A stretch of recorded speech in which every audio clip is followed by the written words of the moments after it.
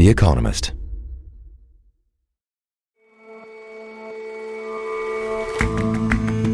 Hello and welcome to The Intelligence from The Economist. I'm Rosie Blore. And I'm Jason Palmer. Every weekday, we provide a fresh perspective on the events shaping your world. It wasn't all that long after Britain's vote to leave the European Union that polls flipped. By now, lots of people, particularly in the Labour Party, reckon it was a terrible idea. So now that it's in power, why can't Labour do anything about it? And a Michelin star is the most coveted award a restaurant owner can earn, and usually wins them a flood of new customers. But as our correspondent finds out, that delicious success can be hard to sustain.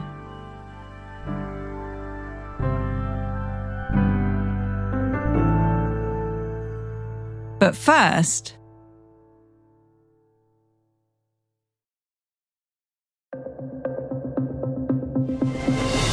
tonight, with just over a month to go until Election Day, the first and only meeting between the two men who hope to become Vice President of the United States. For more than an hour, it felt like the debate had transported us back in time to kind of a different era in American politics, where candidates could deal with each other in a largely respectful manner, actually indicate an interest in compromise and take substantive issues seriously rather than spend a lot of time calling each other names. last night, James Bennett, our Lexington columnist, watched the first and only vice presidential debate, when J.D. Vance, the Republican running mate to Donald Trump, vied with Tim Walz, who's Kamala Harris's pick as potential Democrat VP.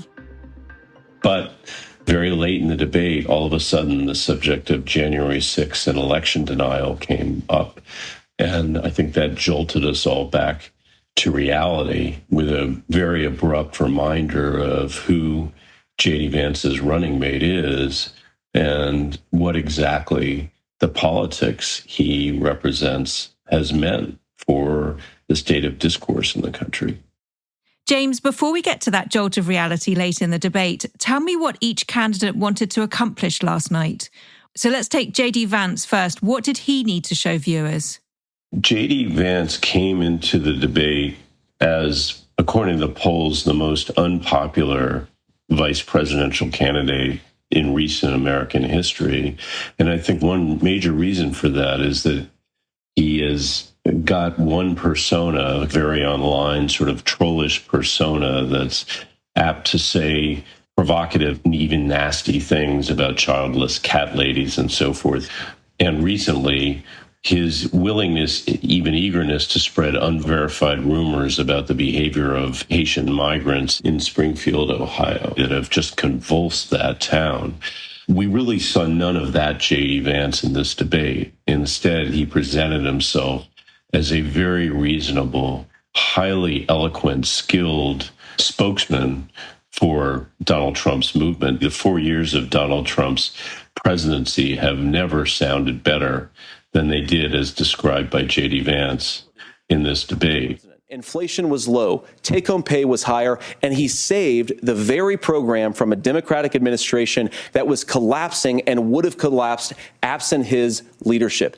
And he did that by bending the facts beyond recognition in a couple cases, including when he claimed that Donald Trump had saved Obamacare through earnest bipartisan efforts. When Obamacare was crushing under the weight of its own regulatory burden and healthcare costs, Donald Trump could have destroyed the program. Instead, he worked in a bipartisan way to ensure that Americans had access to affordable care.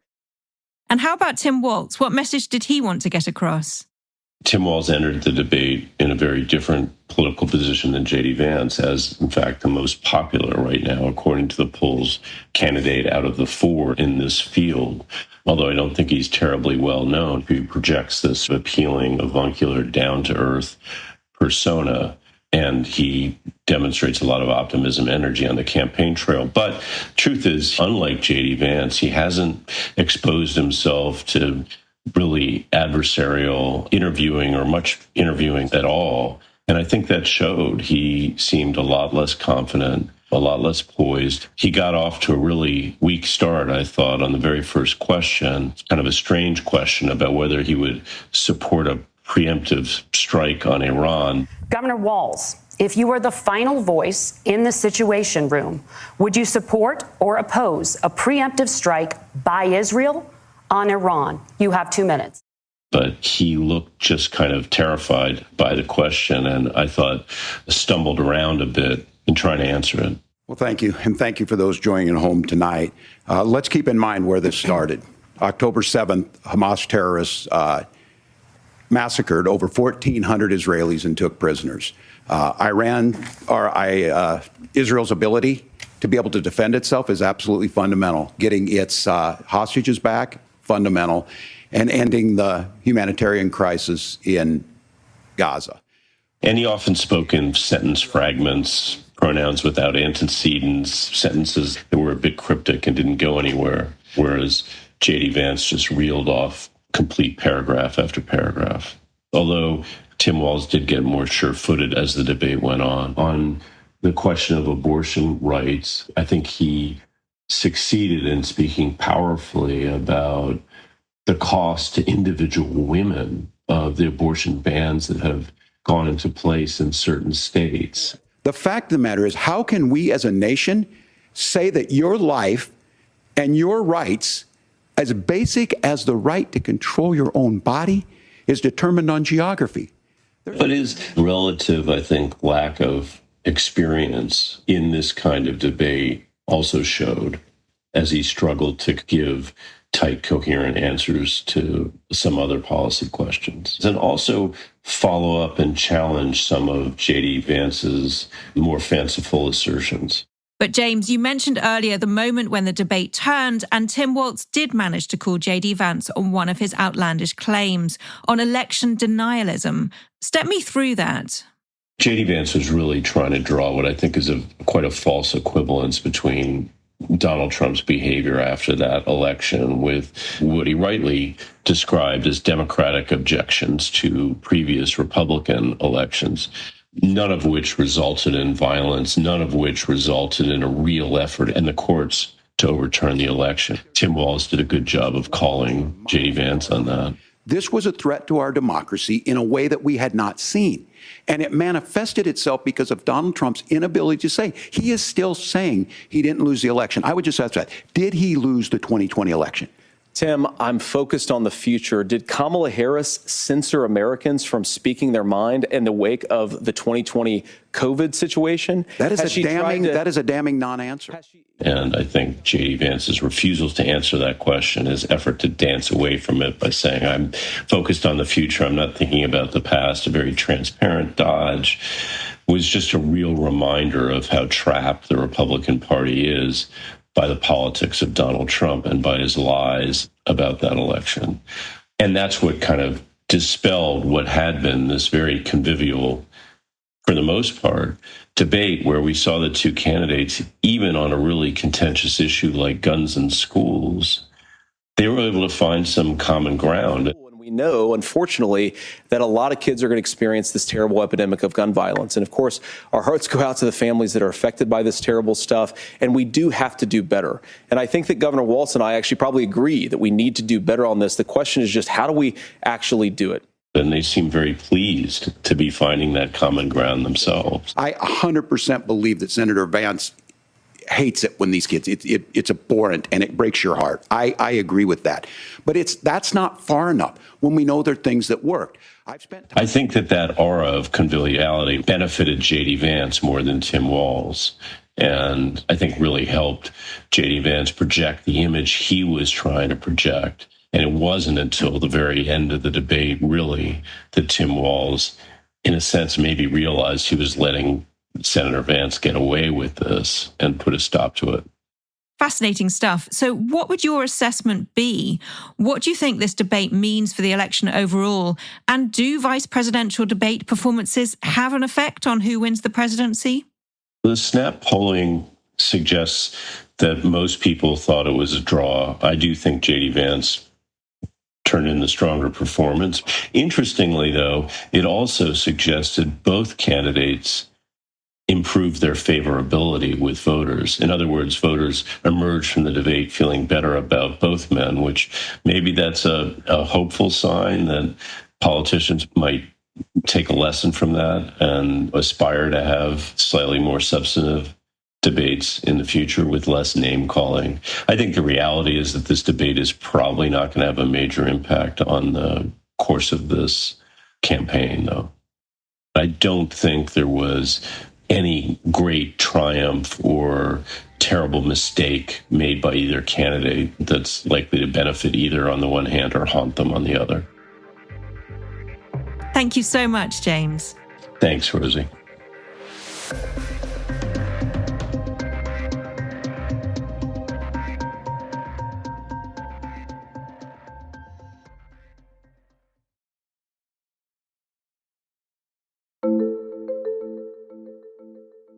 It was never a good idea. It was never a good idea, but it was the will of the people. There are a whole bunch of reasons why Britain's Leave voters have gone cold on Brexit. You might argue that the claims of the pro-Brexit camp were always bound to be disappointing. I feel betrayed and really quite let down by a government that promised much and delivered nothing. More concretely, you might point to Britain's relative economic underperformance since leaving the market that it shared with its largest trading partner. I don't think it has worked as well as we thought it would.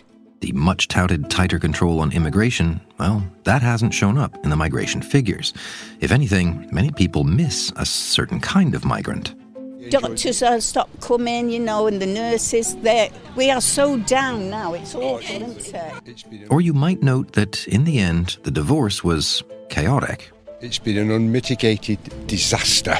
Absolute disaster. Yeah. Brexit was a hobby horse of, and then a project by, and then, you might argue, an albatross for the Conservative Party. So now that they're out of power, does anything change?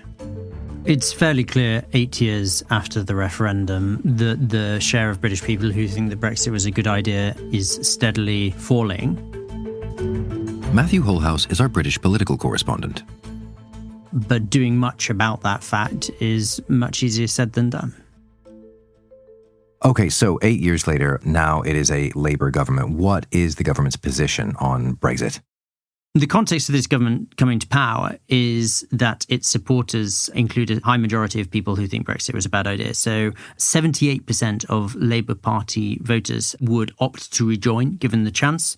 A similar, slightly lower proportion would like to see a second referendum in this parliament. Now, that's very much not the position of the government. So Keir Starmer, the new Prime Minister, is engaged in a big diplomatic reset of an attempt really to normalise relations with the EU that were strained during the Brexit years. He hosted a big summit of leaders from the European Union and the broader European continent at Blenheim Palace in Oxfordshire within a couple of weeks of coming to office. He met the Irish Premier in Dublin and earlier at his official residence in the English countryside. He's been to Paris. He had a big trip to Berlin, which I joined him on to announce a big bilateral pact. So he's really seeking a warming of ties between the UK and other European capitals.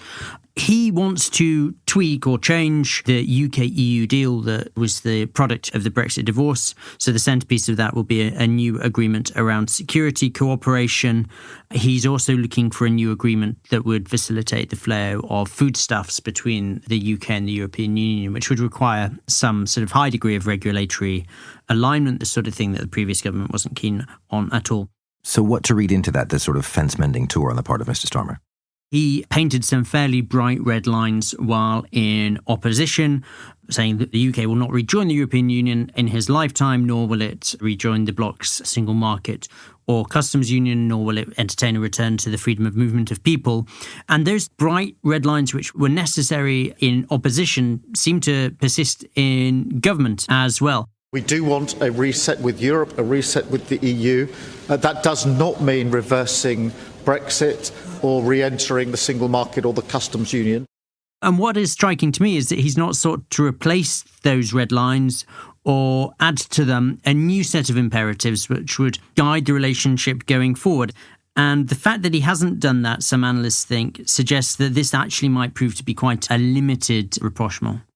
But doesn't that create some tension? You were saying that something like 3/4 of Labour voters would vote to rejoin, that nearly that fraction want another referendum here. Why aren't those voters putting more pressure on Labour? So this is one of the interesting puzzles of British politics at the moment, in that on the surface, the polls suggest a growing share of Britons that not only think that Brexit was a mistake, but would actually rejoin the European Union given the chance. They are clustered in the Labour Party's electoral coalition. That's a pretty fragile electoral coalition. Starmer won a big majority on just 34% of the vote. So he needs to keep all of that tribe happy if he's to stay in power beyond this term.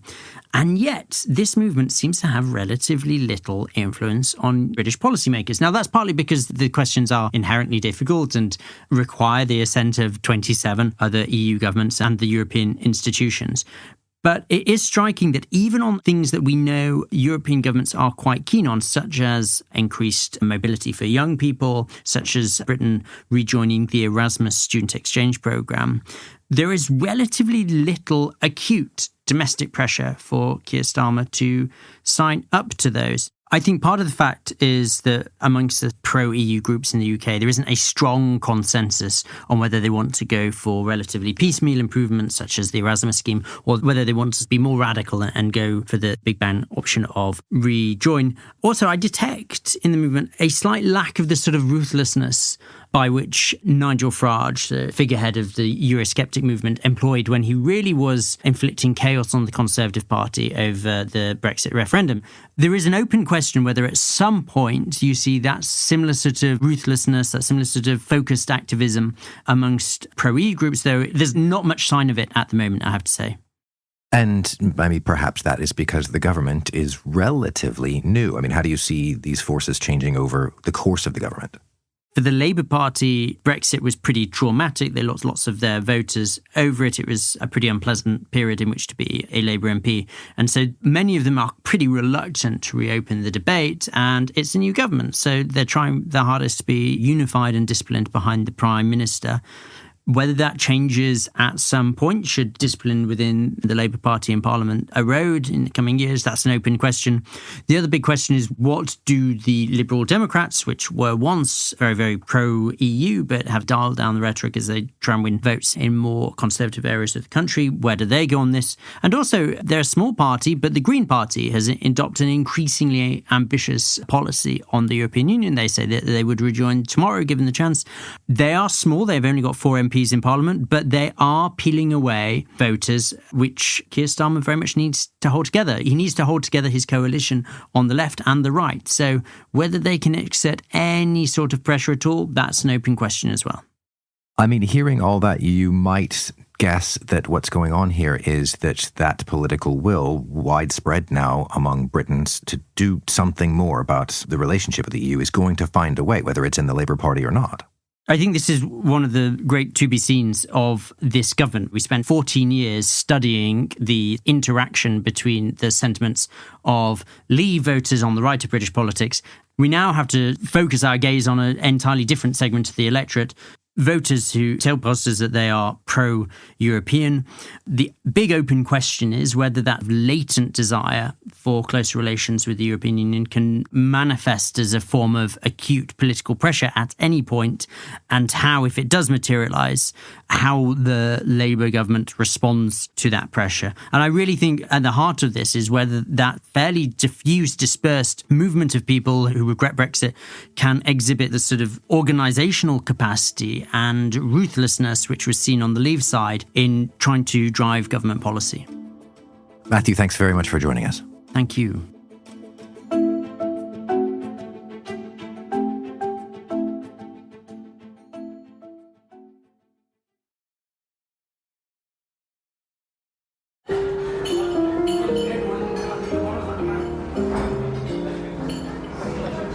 When it comes to fine dining, Michelin stars are a mark of the best. Amelia Wood writes for The Economist. The rating was originally created by French brothers André and Edouard Michelin in the early 20th century. They thought by plotting out the premier restaurants in France, they could encourage motorists into their cars and help sell more of the tyres they made. But while restaurants all around the world now covet Michelin stars, a new study finds that they may be more of a curse than a blessing. So why would that happen? Surely getting a Michelin star is a way to get more people in the doors to make the business more successful. Well, it certainly does help with raising publicity. The study found that Google search intensity rose by about a third for restaurants that received the award in the months after. And it's particularly effective at bringing in tourists, right? People that are going to New York or going to another big city and thinking, where should I eat for a special occasion? But that turns out to be part of the problem. You end up with restaurants with quite a different customer base than they started with. And those new customers have high expectations, which can be expensive to meet. In the sense that if people are going out for those special occasions, those occasions have to be really special. Exactly. And on seeing a Michelin star as well, it's not only that you're meeting the demands of customers, suddenly your chefs have higher demands. They are a huge part of what makes a restaurant like that successful, and they want their pay to reflect the fact that they're the Michelin star chef. And restaurant suppliers and landlords also want to charge more for the privilege of hosting a Michelin-starred restaurant. And restaurants that do win a Michelin star are in a pretty precarious position because these are all the people that contributed to their success. And so if they don't cave to their expansive demands, they risk losing what made them a winner in the first place. It seems a weird relation. Is it limited to restaurants, this dynamic where having success means, well, risking future failure? No, it's not limited to restaurants. In fact, several studies have shown that companies run by award-winning bosses tend to perform worse than they did both before the award and compared to their rivals that didn't win awards. And just like chefs, award-winning bosses would like to spend their time doing different things as well, like writing books, joining boards of companies, interesting things for the bosses, but not things that necessarily contribute to the success of a company. And it also turns out that prize-winning books are reviewed more harshly by readers after winning an award, and worse than runners-up in prize categories as well. So it's not just bosses that have to contend with the perils of winning an award, but also consumers in other industries find that they see things differently through the lens of a star. So as regards to the restaurant industry then, does that mean restaurant owners, maybe even chefs, might kind of hope to not get a Michelin star if they know that this is the relationship that's going on? I doubt it. I think when something is the pinnacle of glory in your industry, you're always going to want to try and achieve it. But I suppose that's the divide. Are you in it for the glory, or are you in it to stay in business? Amelia, thanks very much for your time. No problem. Thanks for having me.